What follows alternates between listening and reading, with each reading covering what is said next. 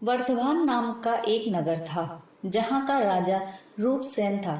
रूपसेन बहुत ही दयालु और न्यायप्रिय था।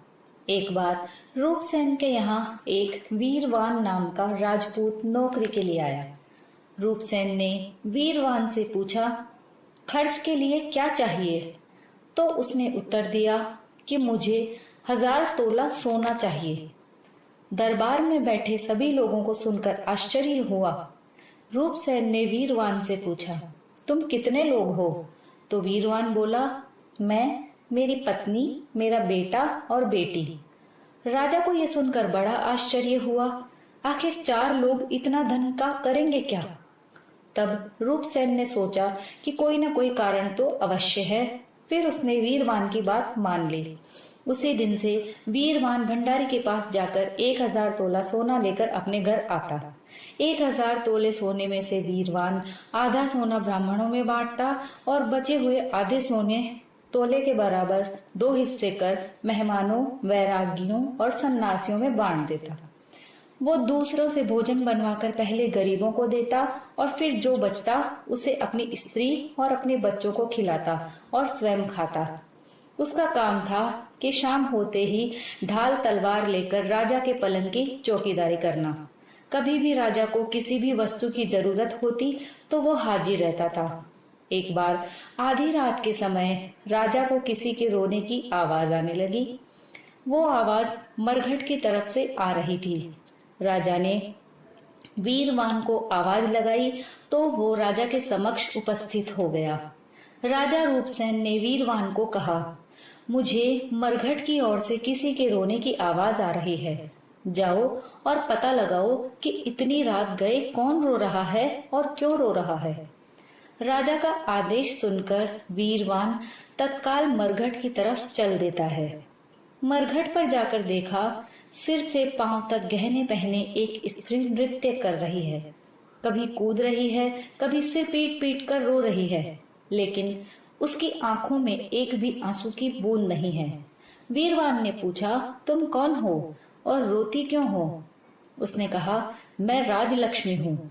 मैं इसलिए रोती हूँ क्योंकि राजा रूपसेन के घर में खोटे काम होने लग गए हैं और अब वहाँ जल्दी ही दरिद्रता का डेरा पड़ने वाला है।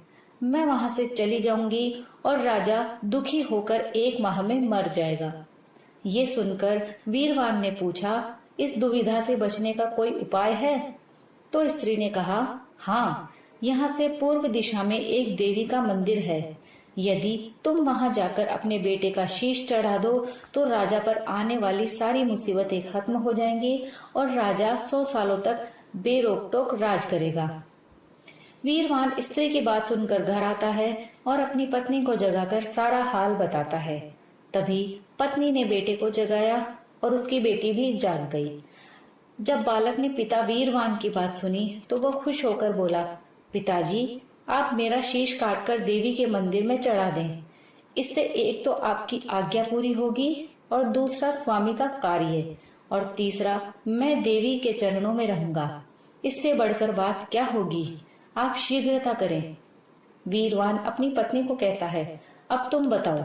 तो पत्नी कहती है, पत्नी का धर्म पति की सेवा करने में ही है।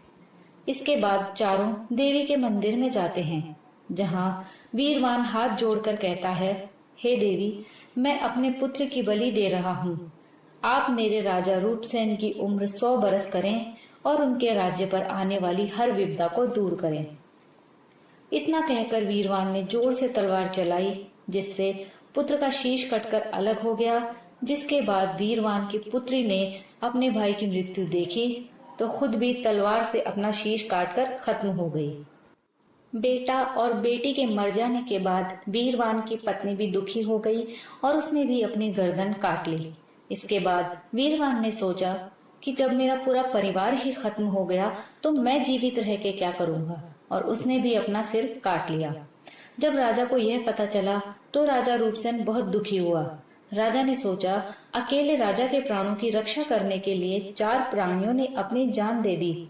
राजा स्वयं को धिक्कारने लगा और राजा ने भी तलवार उठाकर जैसे ही अपनी गर्दन काटने लगा, तभी देवी प्रकट होकर बोली, मैं तुझसे बहुत प्रसन्न हूँ। जो जो वर तू मांगेगा मैं दे दूंगी।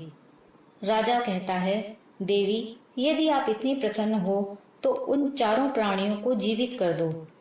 देवी ने अमृत छिड़का और चारों प्राणी फिर से जीवित हो गए। इतना कहकर बेताल राजा विक्रम से पूछता है, बताओ राजन, सबसे ज्यादा पुण्य किसको मिला? राजा विक्रम बोले, राजा को सबसे ज्यादा पुण्य मिलेगा। तो बेताल ने पूछा, क्यों? राजा विक्रम कहते हैं, राजा को सबसे ज्यादा पुण्य इसलिए मिलेगा क्योंकि स्वामी के लिए नौकर का प्राण देना धर्म है, लेकिन नौकर के लिए राजा राजपाट छोड़ दे और अपनी जान देने को तैयार हो जाए तो ये बहुत बड़ी बात है। इतना सुनकर बेताल गायब हो गया और वापस पीपल के पेड़ पर जाकर लटक गया। राजा विक्रम फिर से दौड़ कर जाते हैं और बेताल को पकड़कर चल देते हैं। दोस्तों, ये कहानी यहीं समाप्त होती है। अगर कहानी आपको पसंद आई हो तो प्लीज लाइक शेयर जरूर कीजिएगा। चैनल पर नए हो तो चैनल को जरूर से सब्सक्राइब कर लीजिए। मैं रोज आपके लिए ऐसी अच्छी अच्छी कहानियां लेकर आती हूँ। कहानी सुनने के लिए आप सभी का बहुत बहुत धन्यवाद।